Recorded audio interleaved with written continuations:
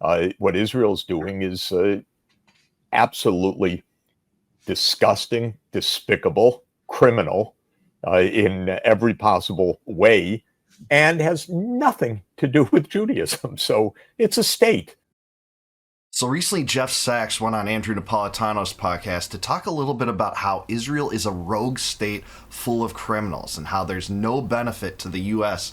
to maintain this relationship. He also gets into some of the worst effects of the relationship and what role Donald Trump plays in all this. So let's get his take on this. Please like the video and subscribe to the channel. What do you think President Trump and Prime Minister Netanyahu were discussing last week? They met in private 3 times while Netanyahu was in Washington. He returned with a gift from the Air Force of 2 high-tech sort of private-like planes, the planes that generals and secretaries of state used to fly around in. I didn't know the president could give away Air Force gear, but another issue for another time. What do you think they were talking about?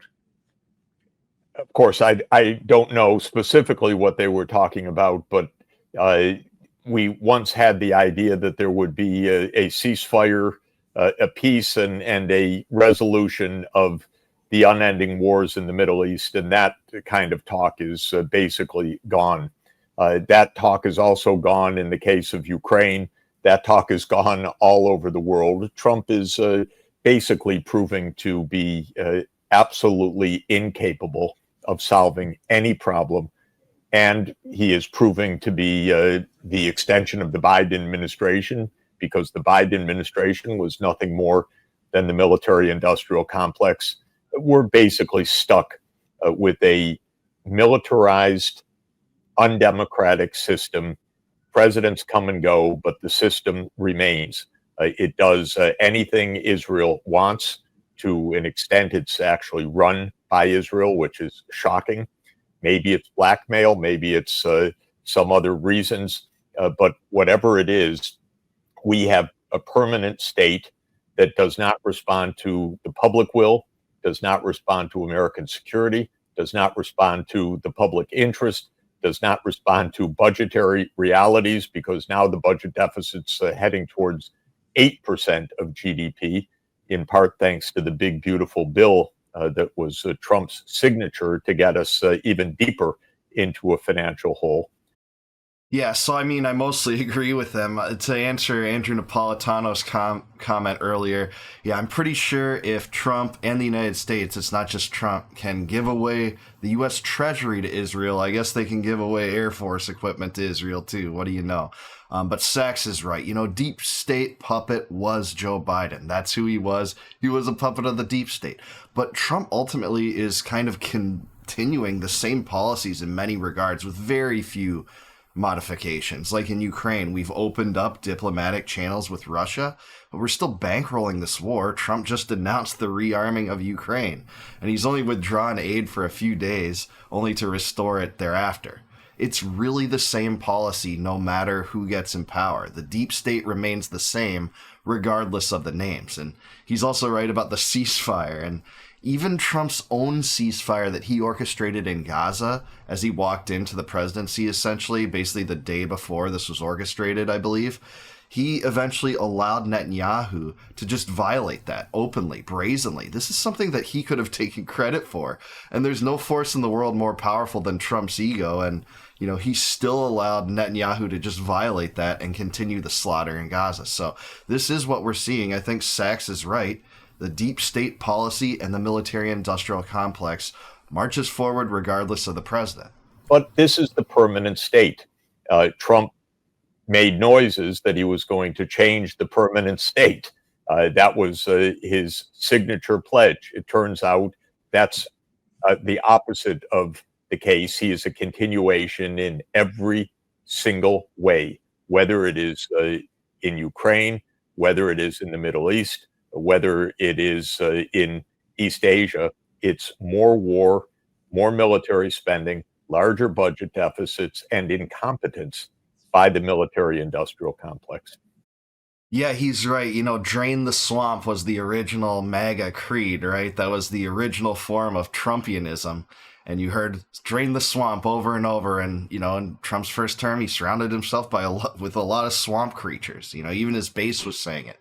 You surround yourself with people like Jeff Sessions and Rex Tillerman and Mike Pompeo and John Bolton. How are you not going to develop that kind of relationship? But that's what happened. I've noticed the Trumpians and supporters of Trump don't even talk about that much anymore, drain the swamp, because it's become such a joke. It's almost a meme at this point to pretend that, Trump really intends to drain the swamp by surrounding himself with neocons and Zionists and people that want to push the wars forward, even historically, like Marco Rubio and Mike Huckabee and Mike Waltz. Thankfully, Waltz is gone now. But some of these people are among the worst neocons and worst people in the Washington foreign policy apparatus. So, yeah, and it's ironic now because now the taglines "Make America Great Again" said while, of course, foreign policy leans toward the Israel first mentality almost always. There are signs that he's going to announce soon that he's going to do a full Joe Biden on Ukraine. I don't know where he's going to get this other gear from, but there's all these indicators.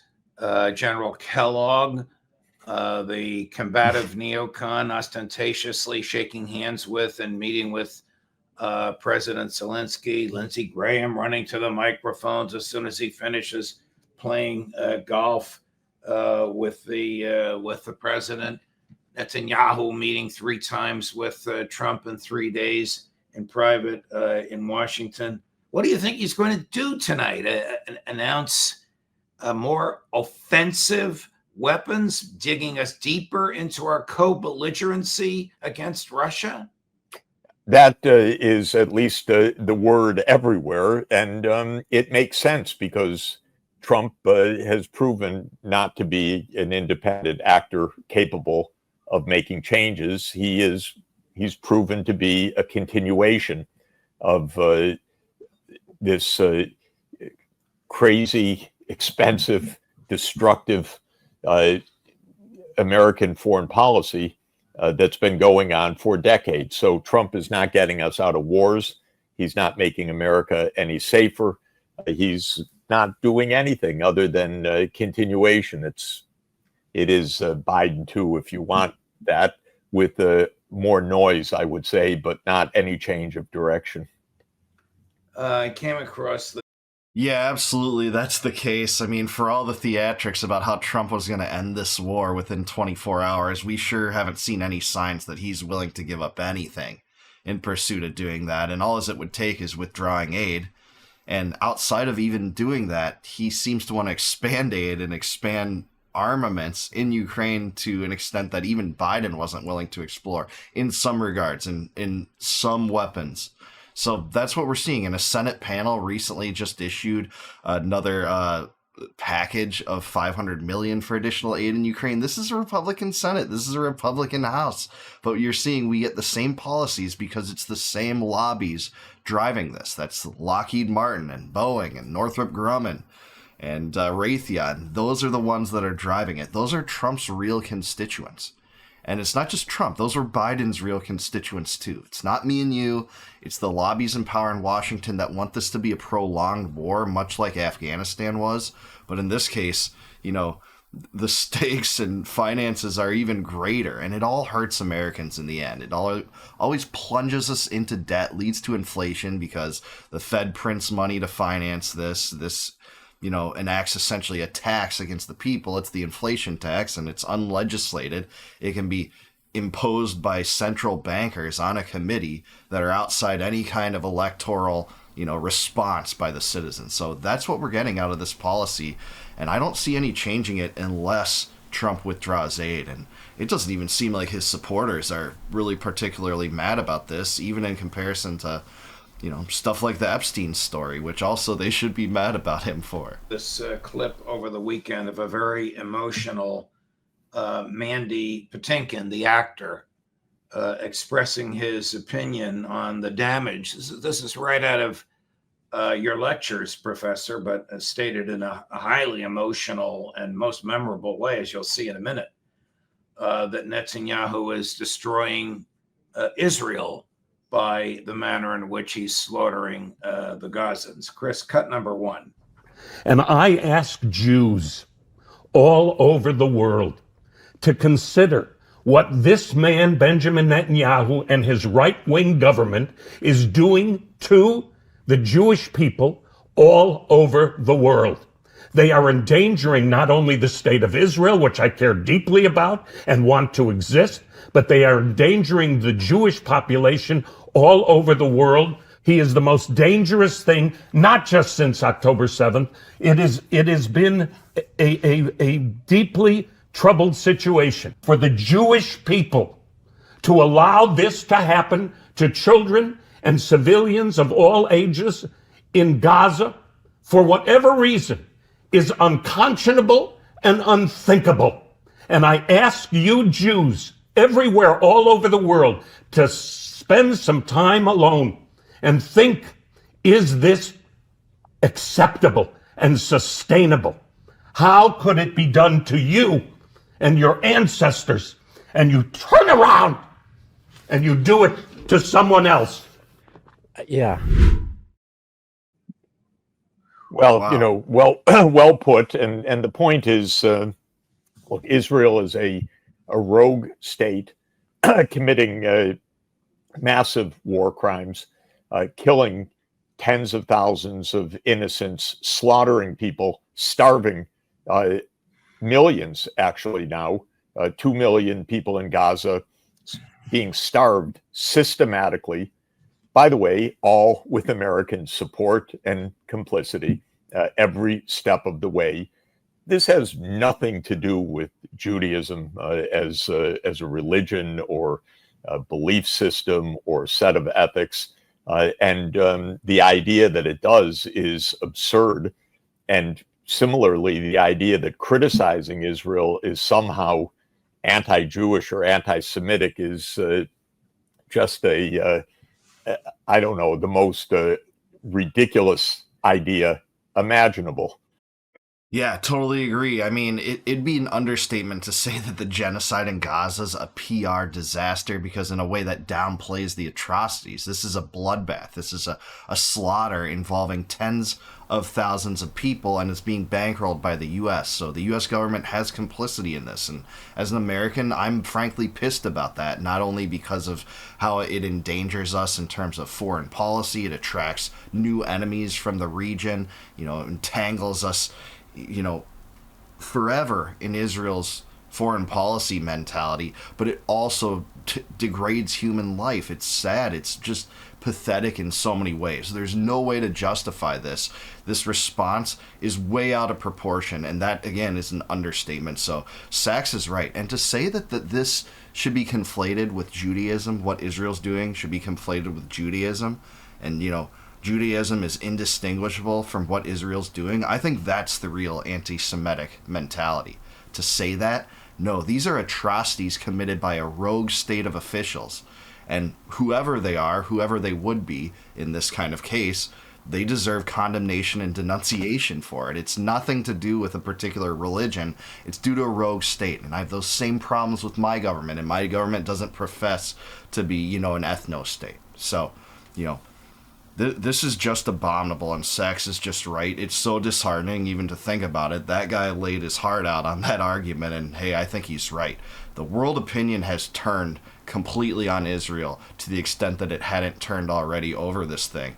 And, I'm not much for international consensus, but the best way to handle this for America is to cut ties with Israel. Get out of this mess. Get out of the Middle East in general. For anyone like myself who grew up with the Jewish values, the idea that you shouldn't criticize Israel, well, that would be the opposite of those values. What Israel's doing is absolutely disgusting, despicable, criminal in every possible way, and has nothing to do with Judaism. So it's a state. And it's a state ideology. The state ideology of Netanyahu is murder those who oppose whatever the Israeli state is doing. That's nothing to do with Judaism as a religion. And of course, as we've talked about, and as many historians have written, the whole extremist Zionism, that is the state ideology, was opposed by the rabbis, by the teachers of Jewish thought, Jewish law, and Jewish ethics. Yeah, he's right about that, and a lot of people don't know this, but a lot of the early Zionists were secularists. People like Theodor Herzl, who was essentially the architect, the grandfather of Zionism, had no, desire to create an actual epicenter of Judaism in terms of religion. This was a political movement.